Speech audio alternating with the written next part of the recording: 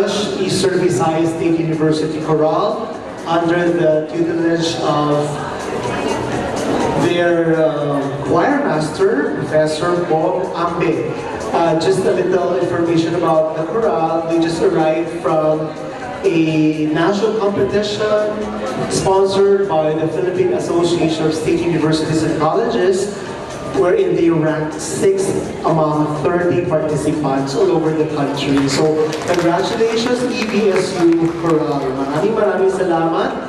At yung mga batang yun po outcomes na ng good nutrition. Diba? We realize that intelligence is not only measured sa IQ level, pati na rin sa artistic intelligence. So, ang mga batang yun, ang mga outcomes na ng effect na ng good nutrition. Thank you very much, EBSU Chorale. Friends, development is said to be, or to be achieved, is said to be inclusive. So is the fight for malnutrition. Now, we shall be listening to the commitments from local government units, nutrition action officers, district, city nutrition program coordinators, and representatives of our PNS are from the Barangay Nutrition Scholars, whom I would always say as our makabagong mga bayani, our nutrition warriors. So ladies and gentlemen, to begin with, may I call in the Vice Mayor of the City of Maasin, Honorable Vice Mayor Maloni Samaco, who will be the representative for the LGUs, the prime movers of PPAN.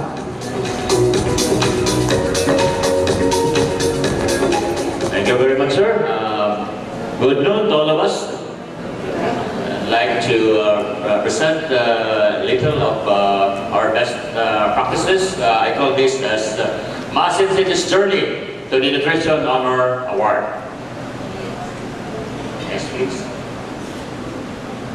This will be divided into two parts. Part 1 is the success story of Maasin City's Nutrition Honor Award, and part 2 is strategies implemented to attain the goals and the NNC-8. Before the nutrition programs were formally implemented, our malnutrition was more than 20%. Our mission was to reduce it to the barest minimum. And it's not only because of the awards, no, not only after of the awards, but because of public service. Next, please.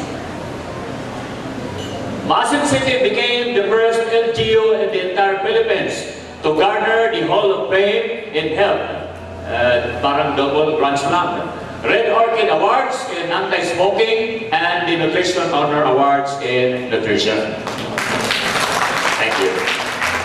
Of course, with the help of our City Health Officer and Nutrition Action Officer, Dr. Liza Tan here. Liza from Liza Soberano. And of course, Ma'am Michelle Chiega, our nutritionist. Our quest for nutrition supremacy started when I first became Vice Mayor. I became Vice Mayor, naging Mayor, back to Vice Mayor. And my Mayor was then Governor Damian Mercado. We won the Green Banner in 2004, 2005, and 2006, and garnering the Crown Award in the process. When I became City Mayor in 2007, we continued our nutrition programs, winning our first maintenance award from no less than President Gloria Macapagal Arroyo at Manila Hotel. President GMA was almost always there, no? During every nutrition awarding ceremonies. Our malnutrition rate then was 7.56%. In 2008, we faltered because we failed to get the passing mark, so we went back to square one. It was the time when the abaca industry in Maasin was greatly affected by diseases like Banchitap and Alcoheres. Agriculture was also affected by the long drought, by the El Nino at the time. No retreat, no surrender, that was our motto. We were back to square one and we won again the Green Banner Award in 2009, 2010, and 2011. And we emerged again as crown awardees and we returned to the National Nutrition Awarding Ceremony. Next please. In the year 2012 and 2013, we got the 2 consecutive years Crown Maintenance Awards, and in 2014, finally, the National Nutrition Council conferred the Nutrition Honor Award to Maasin City. Finally, nakuha na rin namin, no? After so many years of perseverance. So all our elementary schools have hand washing facilities, no, lahat ng mga schools, with soap and toothpaste and toothbrush supplied by the city through the Special Education Fund. So we furnish them soap and toothbrush through the SDF funds. Next please. We hold contests among schools and barangays who were among the top 10 nutritionally depressed. No? Kinuha namin yung listahan ng mga top 10 na nutritionally depressed at nagpagawa kami ng contest, no? Sa kanila, sa gulayan, sa paralan, and magulay ang bahay programs for the barangays. So iba ang contest for the schools, iba ang contest for the barangays. Next please.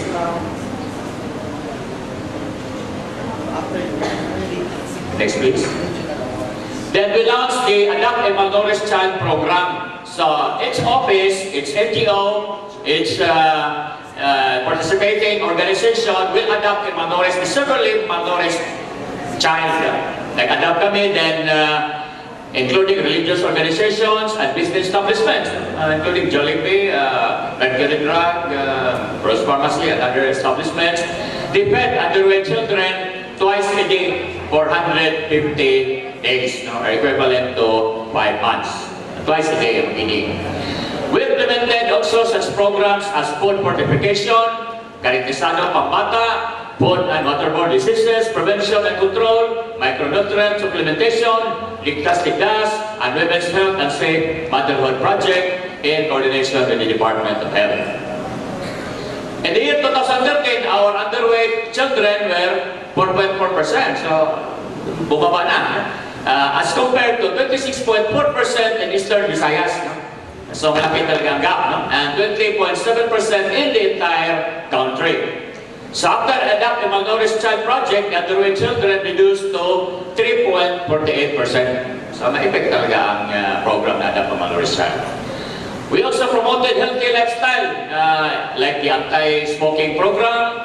Kung nandun kayo sa masin, huwag kayong mag-smoke, lalo na sa mga lalaki in public places, kasi bawal talaga. Including the selling of cigarettes in masin is strictly prohibited. So, kung may magbinta ng sigarilyo sa masin, that's illegal. It's just like selling shabu at marijuana doon sa masin. So, illegal talaga kung nagbinta ka ng sigarilyo. Fitness and wellness for all ages and healthy cities initiatives. We also provided breastfeeding centers in department stores, government offices, and educate mothers on the breastfeeding of their infants. Of course, ganda talaga ito mag-breastfeeding. Then City Hall had hot exercises. So gawin natin example, ang ating mga employees na talagang physically fit ang ating employees. So City Hall should set an example, bago tayo maglinis ng bakuran ng iba, dapat linisin natin ang sariling bakuran ng ating sariling city government. So hot exercises every MWF and biking every Friday. So doon ako sa biking, participate din ako sa hataw. Body mass index was measured every month. So yung mga medyo obese, i-measure natin ang BMI nila. Kung talagang kwalipikado ba, pasado ba. And search for the biggest loser among the overweights. Nag-search din kami ng biggest loser. Binigyan namin ng award every Christmas. I personally anchored the weekly radio program, Healthy and Sporty Maasin City, in the FM station in Maasin. Livelihood programs help augment the family's income, such as pig, goat, carabao, and cattle dispersal in the agriculture sector, poultry and chicken layer, nego carts, starter kits, mga livelihood projects natin, carpentry, masonry, fishing boats, and nets, soap making, cocoa cut flowers, crafts and vegetables, among others, para mag-increase ang income ng family. Next, please. And these are the percentages of malnourished children in Maasin City, including the underweight, severely underweight, and overweight. So, from 7.56 in 2007, it reduced to 3.35% in 2015, practically when my term ended as city mayor. recommendations for action for the nutrition action officers and all those who are working with nutrition. Continuity of nutrition programs from one mayor to another. So when I relinquished my position to the new mayor, I told him na dapat I continue mga programs. And he really continued our programs with the target of reducing the percentage of underweight and this time also reducing the percentage of stunted children. As I always told the children, kailangan matangkad kayo katulad ng mayor nyo. So I told them when I go to the barangays. Then of course passion for service and not only because of the awards. I told them, oh, we are not only after the awards, baka patapos natin pagtanggap ng award, backslide na tayo because we are already a Hall of Famer. So I told them, kahit may award na, kahit Hall of Fame na, we have to maintain the reputation na kailangan pa rin tayo, magservisyo para sa kabutihan ng ating mga constituents, lalo na sa mga bata. And of course, no retreat, no surrender. Kung mag-backslide man, nag-falter man, we have to recover again and we have to work harder kung sakali mabagsak tayo. No pain, no gain, no guts, no glory. The distance between your dreams and reality is called action. No lip service, action. Yung mga politiko, karamihan lip service lang. Kailangan action-oriented. Nutrition, action tayo lahat. Daghan kaadyong salamat.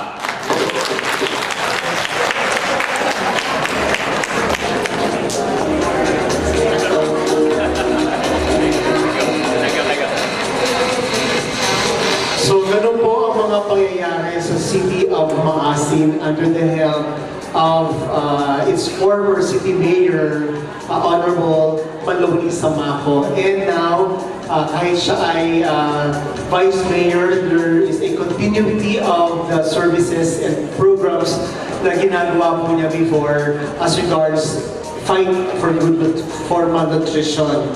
So sa kanila po, I am happy that may tinatawag si Sir na I personally anchored the health and wellness program for the implementers of the fight against malnutrition. And also, Sir Samaco has this no-nonsense stance of the fight against malnutrition. Ang mga nakita po natin ng mga out-of-the-box, non-traditional approaches, sana ma-replicate ito ng iba pang mga LGUs, not only the region but the entire country. So once again, bigyan po natin ng masigawang palakpakan ng ating champion against malnutrition, Honorable Manoli Samaco. Up next, we welcome the President of the NAOPA EV. NAOPA stands for Nutrition Action Officers of the Philippines, Eastern Visayas. Thank you, Ma'am Malu. Palakpakan po natin si Ms. Sally Abida.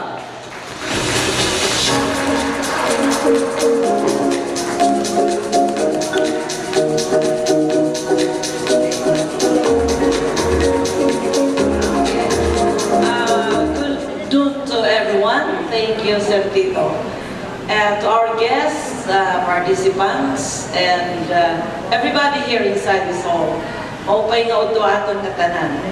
As President of the NAOPA in Eastern Visayas, that is Region 8, and at the same time, the Vice President for the national level for Region 6, 7, and 8, I am privileged to share with you our commitment or our involvement, participation towards achieving the goals, objectives of our PPAN 2017 to 2022.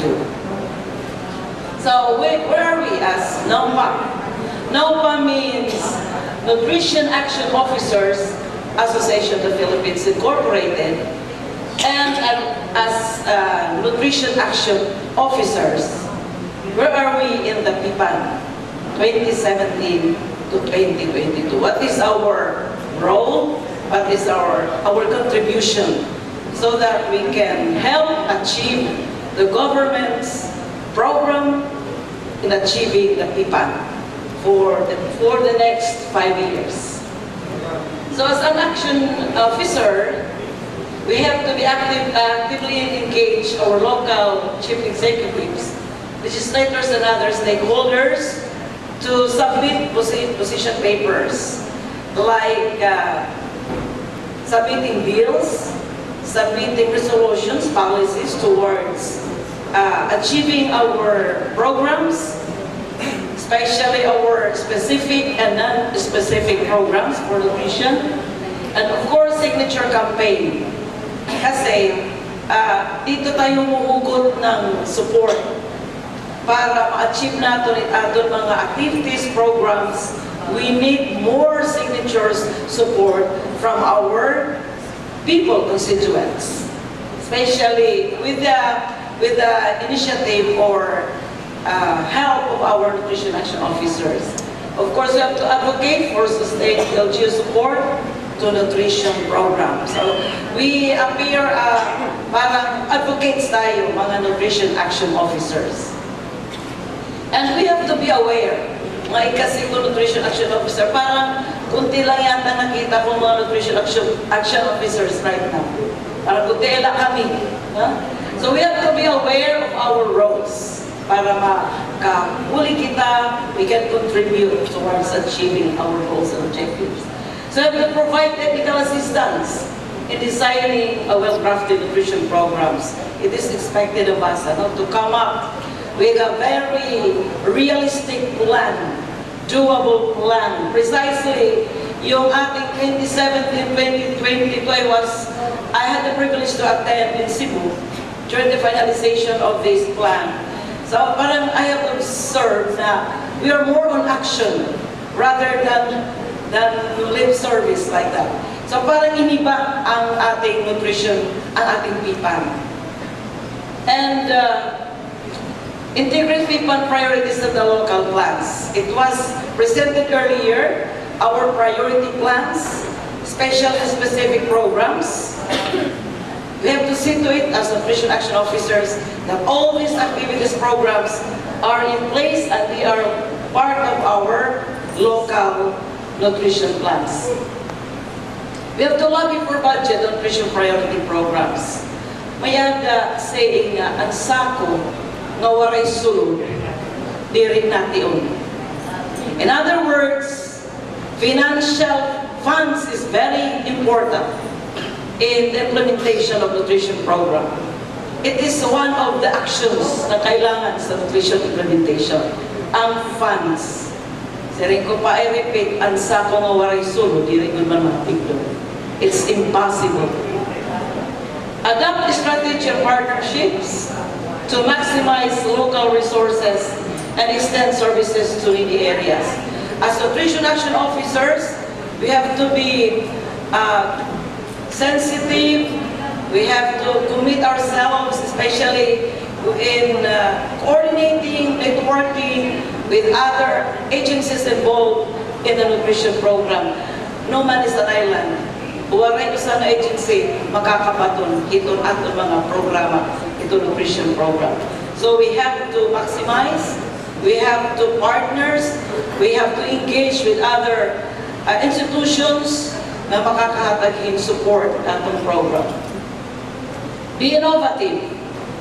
Siguro, we shouldn't always yung parang guided with the standards. Sometimes we have to get out of the box para ma-achieve natin atong mga programs and projects. Okay? Next slide. Provide and ensure nutritional power development for all our implementers. Of course, we have to capacitate, give them the knowledge and skills. Capacity building is necessary. Ang sukoy ni example, ang usa nga sundalo, dili mo ipapadala ngadto front-hand war without going through in rigid na practice. So especially our barangay nutrition scholars, we have to train them, we have to capacitate them, we have to give them the knowledge and skills so that pagkato ni ira area of assignments, mag-implement ang mga programa, bullseye, no? Di rin na ira ko una mamatay. So we have to capacitate everybody. Okay. Sustain LNC members' commitment. Okay, ito talaga ang napaka-challenge ng mga nutrition action officers. Yung commitment ng mga members of the nutrition committee. Pag-ano lang ako kan Vice Governor Samaco, sobra ito niya passion and commitment towards nutrition program. He is an engineer, pero take note, sobra pa, ika-nutritionist, iti heart, mind, ni Vice Mayor Samaco. Worth dedicated. Okay. So, commitment, kung wala ka passion, commitment to your work, it is impossible for you. Sabi pa ni Mayor, Vice Mayor kanina, hindi lang sa lips, kundi sama natin ang action. So, target fathers, caregivers, in nutrition education classes. We have lots of activities wherein we can ano na doon ira mga commitment at mga clients. Our fathers, our caregivers, because they are the prime, the most important stakeholders.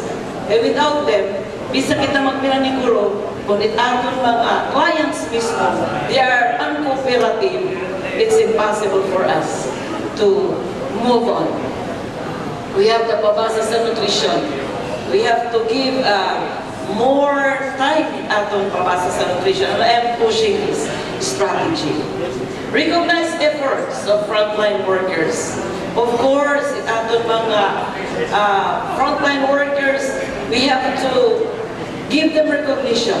Kasi ang pag-recognize sa ira can also motivate them in working. For instance, at atong mga barangay nutrition scholars, may nagpapaka most outstanding. We don't have, di rin natin pwede ibaliwara itong mga achievements at atong mga workers. As nutrition action officers, please i-ano natin ini nga milky evaluation of our health workers. Kasi if we don't evaluate them, wala kita basis in recognizing their achievements. Empower community for nutrition activities and project implementation. We have to empower our people. Our prime partner is our clients themselves. Irit ato na empower. Kaya di nga nito na empower, di good kita magiging successful with annual program implementation. Okay, identify nutrition champions. Ito yung unang nagsalita bago ako. Talagang number one na champion na nutrition program implementation. We have to be proud in Eastern Visayas. We have two areas na champion in nutrition program implementation. We have Limasawa and Maasin City. So we have to be proud, kita mga taga-Eastern Visayas, that we have two areas that are champions in nutrition program implementation, and they are worth, again, as I've said, replicating in our areas. Para naiingit lang ako, one time when I attended the national awarding ceremony, parang ang feeling ko lang ay naingit lang ako doon sa mga achievers. And I'm proud doon sa national level during that time because Vice Mayor Samaco was there to present ang ating upay achievements. And we have to copy this one, to replicate, diba? Kasi we're engineer, ilan lang si Vice Mayor sa mga local chief executives or LG officials in our region. Nakakaingit. Sana ma-replicate, dumami ating. I remember also one time when our acting governor said, my profession is an engineer. Diri ko ibubutang itakon implementation with a simento. Rather, I will put my programs sa human development. That's what he said, and I remember, parang ini-associate ko kay engineer. Samaco nga, engineer siya, pero very, very concerned, passionate sa nutrition program. Okay, as an organization, the NOPA will champion the voice of the minorities to Congress and the President. And kita nga mga NAUPA, we have to be a PPAN loudspeaker to the local chief executive and local legislators to make nutrition a priority. Thank you.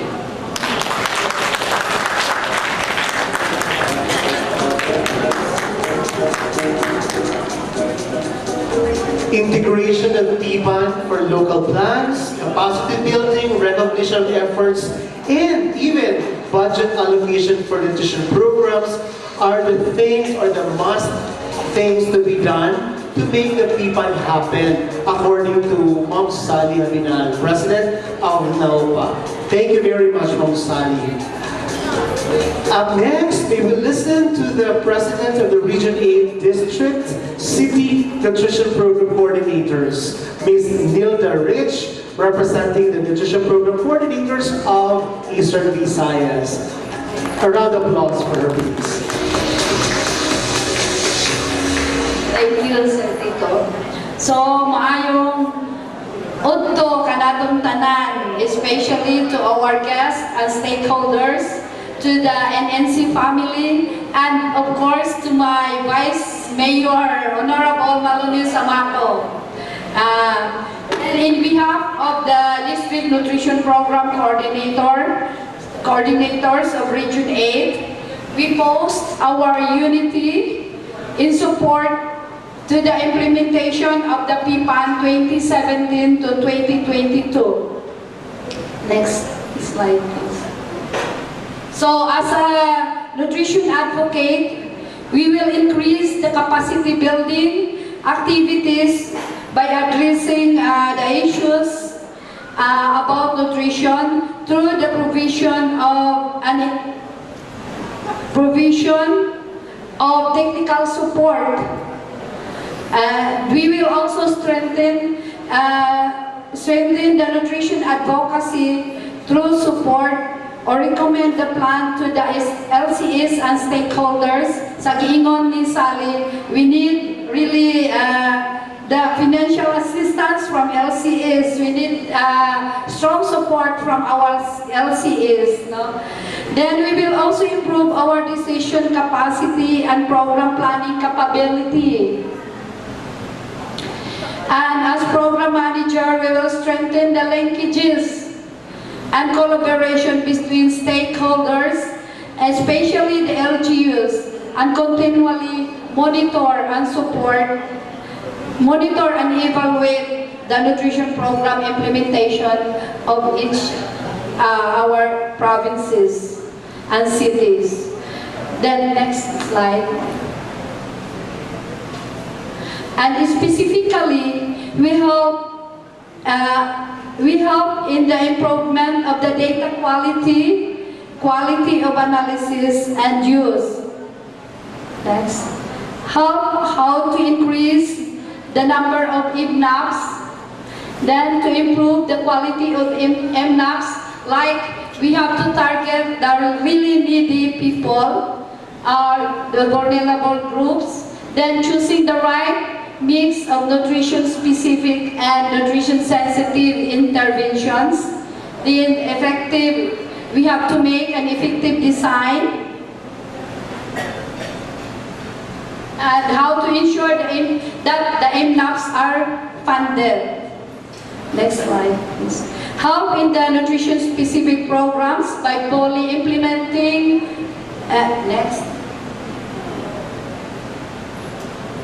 Next slide. We have to help the nutrition-specific program by fully implementing the first 1,000 days. Sa giingon ni Dr. Cathy, na this is the golden window of the opportunity of the child's growth and development. Then we have to promote the good and ensure the good coverage of services like the dietary supplementation, the vitamin A supplementation. This is the DOS program. Then use of iodized salt. So we have to continue monitoring the presence of iodine and salt in our markets. Then we have the home kitchen garden. And For the nutrition in emergency, we have to ensure that this will be implemented in our provinces to protect and promote breastfeeding in the evacuation centers and communities affected by calamity, and then mobilize the peer counselors, mobilize wet nurses, ensure that there are no infant formula milk donations inside our evacuation centers. Then we have to ensure that adequate supplies of micronutrients in our evacuation centers, and organize initial nutrition assessment. And we have to organize community kitchens or community garden. Then in overweight and obesity, we have to ensure nutrition counseling sa atong mga clients, then nutrition classes. Then there should be an exercise calamity, what the Maasin City, they have this regular healthy lifestyle exercise implementation. So at least 30 minutes a day, and you can make it in staggered basis, like by 10 minutes until you will reach 30 minutes in one day.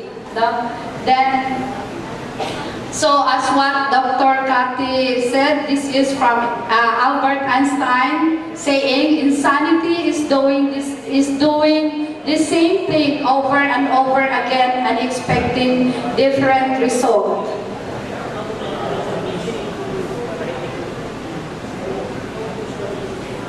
So as a happy Filipinos, merong malasakit, pagbabago, at patuloy na pag-unlad. So sa PPAN, panalo ang bayan. Thank you.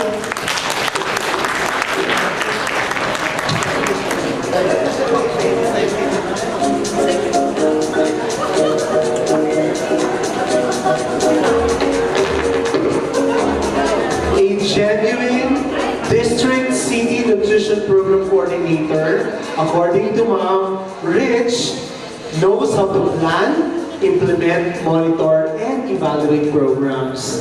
And furthermore, she said that good quality of data results appropriate priority programs for nutrition. So thank you very much, Ma'am Neilda Rich, for representing the nutrition program being the representative of the nutrition program coordinators of the region. Up next, may I call on Ms. Lydia Nunez, the president of EVA BNS, Eva BNS, representing more than 4,390 barangay nutrition scholars all over Eastern Visayas. A round of applause for Ma'am Lydia Nunez.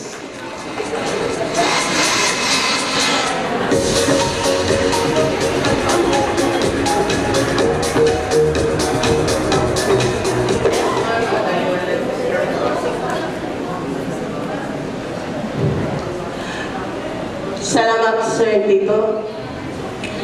Ano yan na nga mga participantes diri kung tatago-usa-usa nila kay maupay nga paniudto na kita. Ang marasa nga paniudto nga masustansya ani na nini. Ini nag-ininigis namang kamot, tinagkalog na lang kung may waray-waray. Eh, di rin ko kaya ito, kay tutulula ito takdara.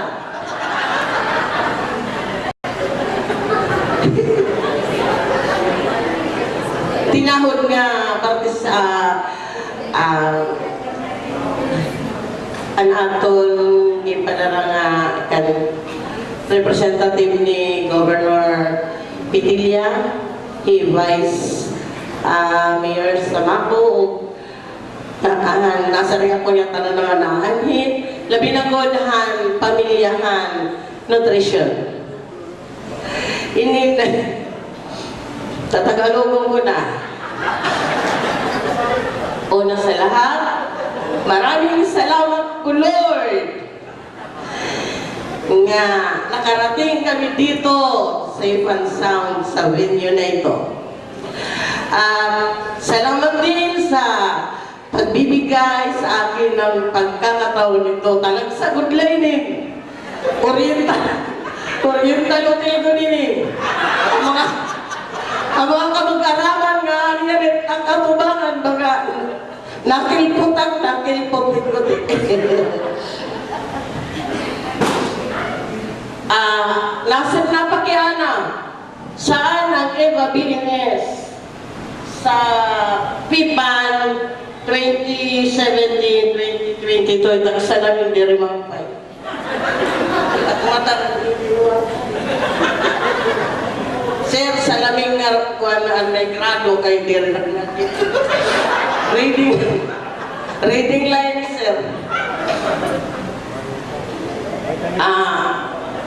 Ang Eva BNS ay Eastern Visayas Association ng Barangay Nutrition Scholar.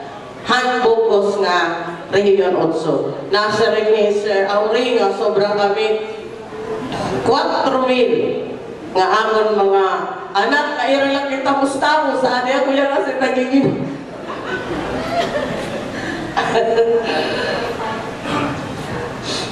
adi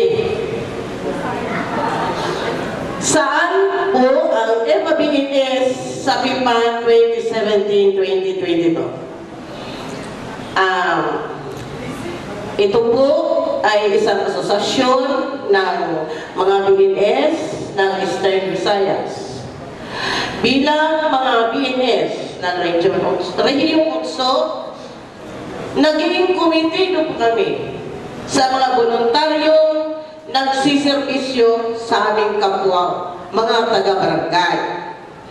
Sabi nga, mga BNS ang frontliner ng mga trabaho po pang nutrisyon. Tama ito ay ragin si Siniring, ito yung pinag-istorya din kanina, kabuling at tunawan hira. Hira ng paplano, pero ang ungod nga nagtatrabaho, kami nga nasa rin Vice President nasa laylayan, amon ito mga trabaho. Kaya natin kang ito din ihahamon ang mga datos, ang kahimtang, ang nutrisyon, ang kada barangay. Kung kami na nakaka-ligo, hindi nga mga datos, kay komite, dumanggod kami ng mga barangay nutrition scholar, bisang mga voluntaryo lang kami, aada na paghigugma, hanggang tagsa-tagsa ng pamilya. Nga, awang iwan ito na hindi papacheck kanawon mga imnaws kung tama na itong among nahikay nga mga datos. Kaya hiragon man mag-aram kontrahan.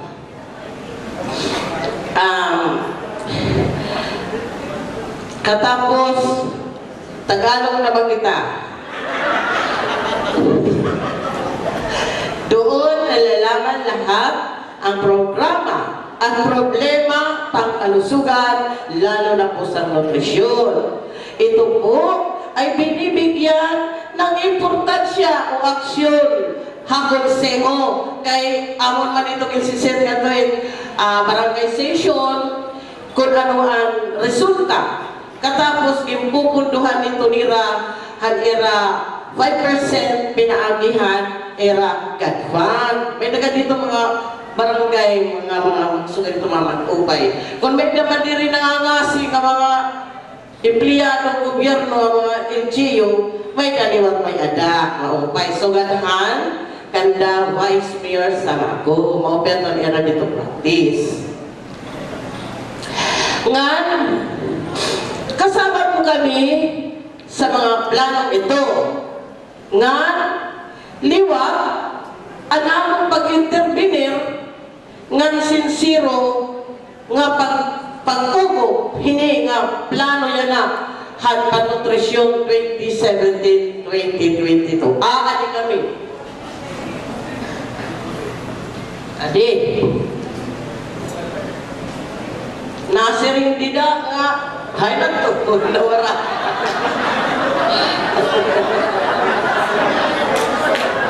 And I slide man.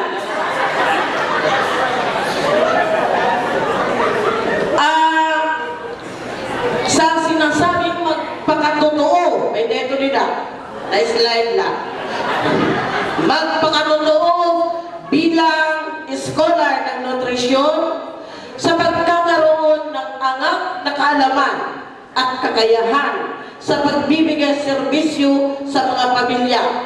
Ungod-ungod ko din eh. Ito po ay napakatotoo. Kaya kita alam niyo, dinag-litra nga nasa ring letter S. Sabihin is, klaro nga nasa ring nga, serbisyo. Sabihin is, ang S ay serbisyo totoo. Aadihin amon mga kasing-kasing, ini nga amon mga pagserbisyo. Nga maging responsable gihapon kami, nga to hiton mga pamilya, haabot hanamon makakaya. Aadiliwatin mo sa S, kay damoy ni nga is. Scholar. Diba nasa rin barangay nutrition scholar?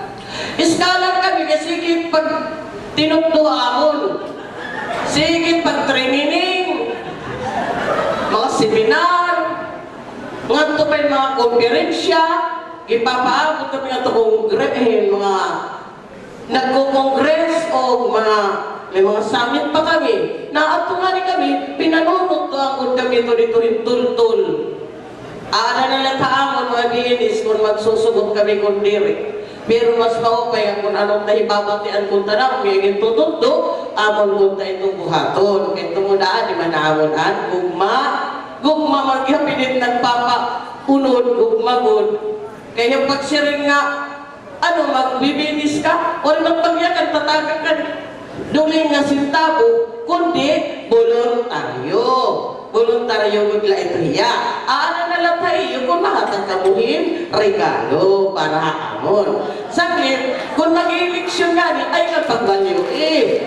Ay ka rin maupay man magtrabaho, babalyuin bako, kadiri na kalibutan. Saglit, bisan kung mga normal, nagiging mga underweight, kaya bako kami, hindi man maamong trabaho. Amoy mo rason nila. Sanala, nang sarigliwat nga, tiyakin bawat bata kahit sa pinakamalayong lugar at masubaybayan ang timbang at ang taas niya para malaman ang kanilang nutritional status. Okay. Bilang, kain ka na. Para maiwasan ini nga mga sinisiring nga mga para maging ma'am nga hinsam ini nga gituduan kami ang kamatuuran la pagkatuhin pagbiling hit kabataan pag hatag daerah hinungod nga serbisyo nagkakasat kagamit kabungkiran burbit-bit na mo din yung mga timbangan yan bababa man hanamon board hindi nakasok hindi talutod hanap to dito ang katbalugan asay na kung itong kabungkiran year 1991 yan ang kaya hindi na makakalbig kay nakasabot man ako ang tamsi na nakakalbig ang akon dito ginkuan kagamit na nagsasakit sa akin ako baluto kaya hindi naman kami ligid sa Santo. Naaabot ito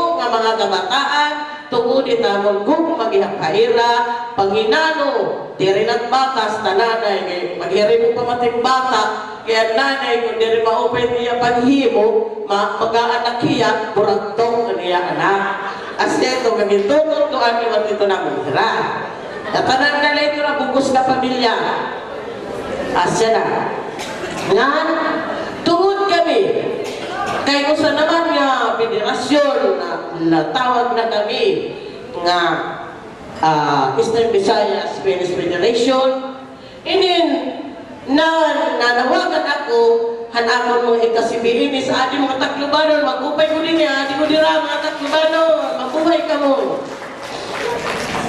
nga permilakot na ka mo ada pag-ugo madali kita masangpit bisan sano ang oras para ihatag tayo atong hulos ng serbisyo na ira base wala yung mga duha nga aton mga katawhan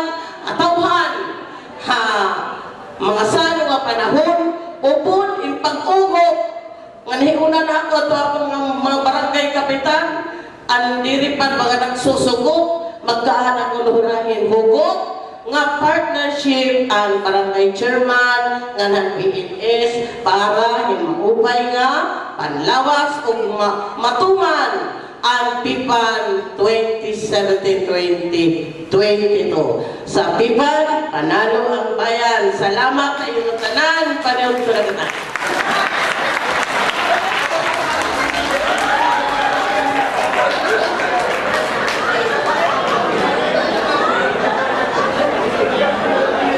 Wow!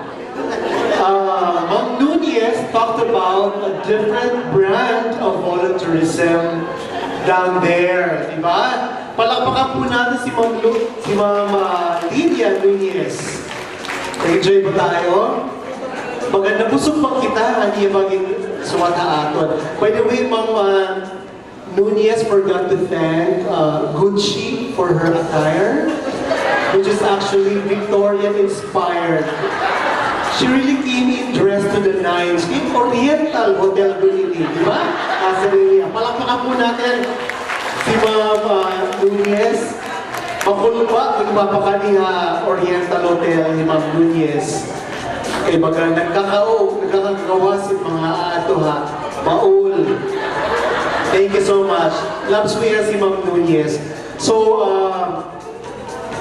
she might have shared her piece in a comic manner, if only to tell all of us how serious they are as an association in their fight for malnutrition. For me, personally, I recognize Ma'am Lydia and her kaugot na tanan ng mga Eva BNS in her region. Kaka-ibang volunteerism ang pinakita ni Ma'am Nunez. Palakpakan po natin siya. Mabuhay ang Eva BNS! Hep hep! Thank you. Ay nanay kita kagutom ha. Last na lang ini. Last na lang Ma'am Nunez. Last na lang po. Ladies and gentlemen, though the city mayor of Tacloban could not join us today, she has sent her representative to deliver her message in the person of Attorney Aldrin Quebec, her executive assistant. A round of applause for him, please.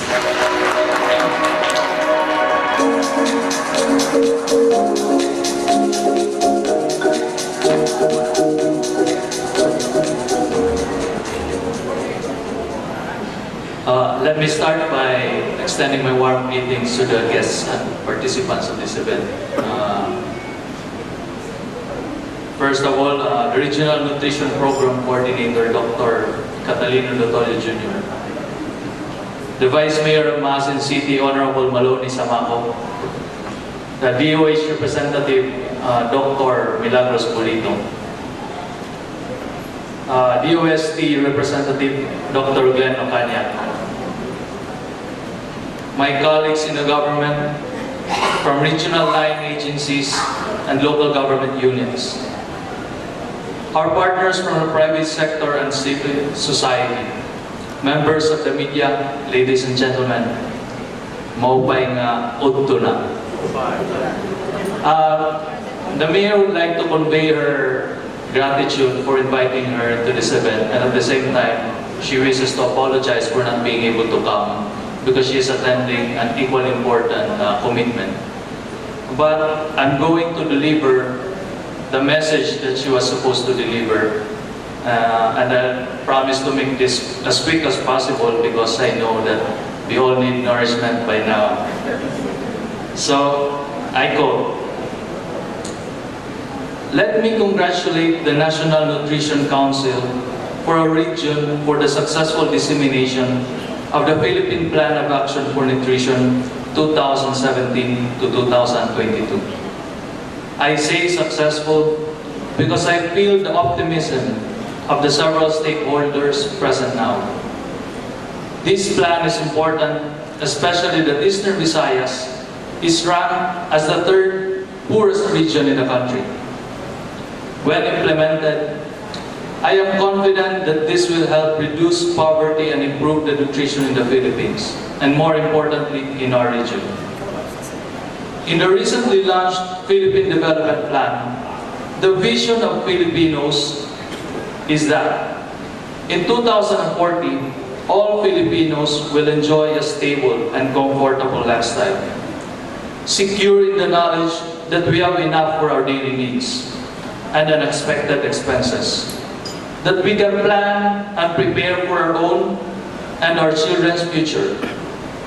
Our families live together in place of our own, yet we have the freedom to go where we desire, protected and enabled by a clean, efficient, and fair government. With this, we can see the Filipinos aspire for a simple and comfortable life, where poverty and hunger is eliminated. However, confidence in achieving these desired goals is lower among the poor. As leaders and stakeholders, let us work hand in hand so that in the years to come, our Filipinos or our fellow Filipinos will have the confidence to achieve the vision they want for themselves.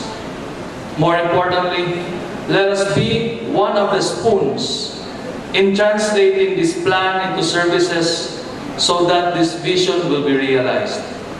Only if we work together, as we are doing now, can we achieve our long-term vision of matatag, maginhawa, at panatag na buhay para sa lahat. Thank you and good noon.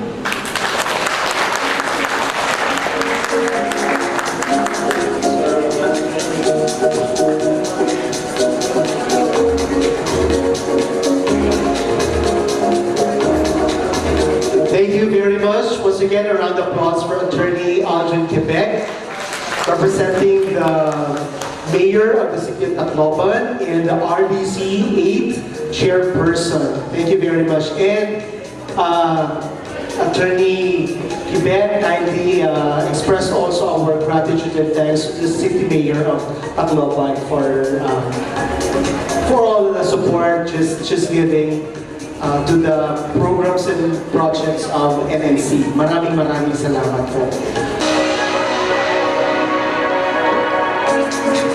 Hello everybody! Okay pa ba kayo? Parang mahina na yung mga boses. I think you're in a hurry to go home.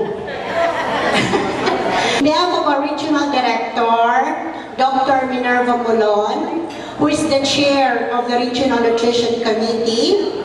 So, our warmest congratulations to everyone. Palakpak naman tayo. Okay? Who made this significant milestone in nutrition, no? The Regional Dissemination Forum of the Philippine Plan of Action for Nutrition. A success, and I commend, of course, the lead organizations of this activity. Palakpakan po natin sila. And of course, the different member agencies, the technical working group, thank you. And our development partners who have worked so tirelessly and making sure everything will run well. So this is really a very successful one, no? So of course, our long appreciation to our prime movers in nutrition, no? Our various stakeholders. Wala na po dito our local chief executives, development partners, and our nutrition workers, no? And advocates are always in high spirit to fight vigorously the burden of malnutrition and its consequences. Though the problem of malnutrition continues to remain a huge challenge in our region, the PPAN 2017 to 2022 will set the direction in achieving our goal in reducing all forms of malnutrition and its consequences, thereby improving the child to survive, thrive, and transform into a healthy and well-nourished child. So working together, putting all our efforts and resources are vital in implementing nutrition interventions, and of course, with good leadership and good management of nutrition program, with good policy supports, sufficient budget, functional local nutrition committees will make a promising improvement and sustainability of nutrition program in Eastern Visayas. So the Department of Health maintains its commitment to PPAN to ensure appropriate response to improve the nutrition situation of our mothers and children by delivering quality health and nutrition services throughout its life course. So the challenge for us to make PPAN into a real action and services. So the task is heavy but not impossible. So let this gathering be a call to action, and I encourage everyone to take part in this fight. Sa PPAN, panalo ang bayan. So good afternoon, mabuhay kayong lahat, and advance Merry Christmas to all.